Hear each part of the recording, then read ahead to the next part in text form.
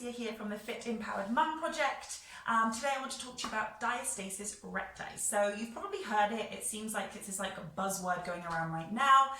So I just wanted to explain to you what it is. And if you do have it, to not worry, it is absolutely not the end of the world. But if you do have it, there's great ways to strengthen it. But it's really also about, rather than if you have it, how do you strengthen it? It's what is the reason why that you have it. Do you know what I mean? And that is really what we focus on. So diastasis is basically the abdominal muscles. So it's the, imagine your six-pack muscles. See someone with a six-pack, you see the abs, abs, abs, abs, abs, abs. And it's that layer, that sheath of tissue that kind of binds it's the linea alba. So it's that binds the two strips of muscles together. Now, in order to have a baby, that thin sheath has to stretch. It just has to. Everybody's stretch distance is going to be different because everyone's different size. Everyone's tissue and cells are made up differently. Some people have more elasticity. Some people don't. That's fine. We're all different. Let's embrace it. So when you are pregnant, everybody is going to have a degree of abdominal muscle separation. You have to let the baby grow. How it then binds back afterwards is going to be different for everybody. So there's a way to test to test the level of yours, and there's two things that you want to be looking for. One is the width, and that's the thing that everyone talks about. I have a gap between my abs, it's so wide, oh my God. But what people forget about is that you can have a wide functioning diastasis. Like it doesn't, if it's wide, but that tissue is quite dense, that's fine. The problem happens when it is deep, when the actual elasticity of that muscle, or that tissue, sorry, is weak and it's maybe a little bit thinner, and then it's causing that softness. And then with that, that leaves an area of vulnerability and part of that core canister that is vulnerable.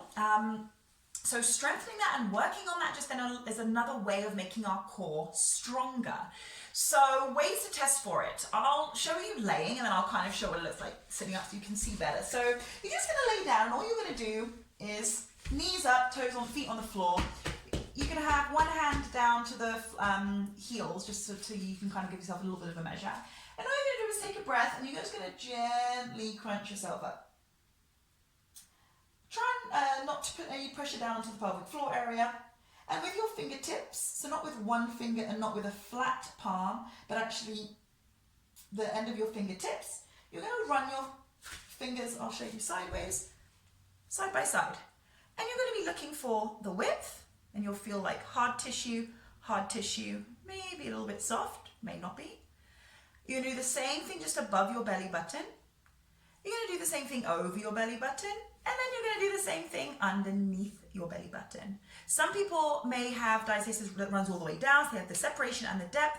Some people it's high, some people it's around the umbilical, some people it's a bit lower.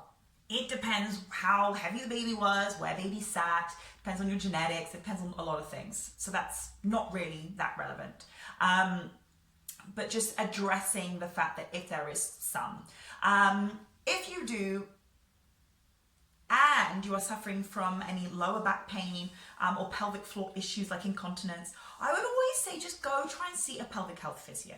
I am not a pelvic health physio. I have seen one, but I don't do internal exams because that's what a pelvic health physio does, right? So they test the strength of your vaginal wall muscles and everything. I don't do that, and I can't do that through the TV. So I would just go see one because they can definitely help you with things that I cannot. However, I can definitely give you exercises to help with that integrity. Yes, I don't know if you have heard, but some people, the integrity, the tissue is maybe torn. It will not knit back together. And some people do choose to have it rectified by surgery, and that's fine. But I would always recommend, it's never a bad thing trying to strengthen your own muscle tissue the best you can by, eating nourishing foods, lots of collagen and elasticity, and it's always good to be strong. But there have some people that have, it's been so wide and so deep, it's not repairable, like to the point where it goes in all the way up to my knuckles. That's, it's quite severe. Like a little bit like to here is fine depth wise, but some people it has been quite deep. Also as well, it's possible to have a diastasis, but for it to be functioning. So if I don't relax my abdominal muscles, if I kind of do like a hollow crunch, I can feel a diastasis in my own abs, but I know how to contract, so when I do, it doesn't go down, so it's functioning. So don't worry, that word has been thrown around a lot recently. So give yourself the test. Let me know if you have it. If you haven't seen a pelvic floor physio or pelvic health physio, even a general physio should be able to test for it.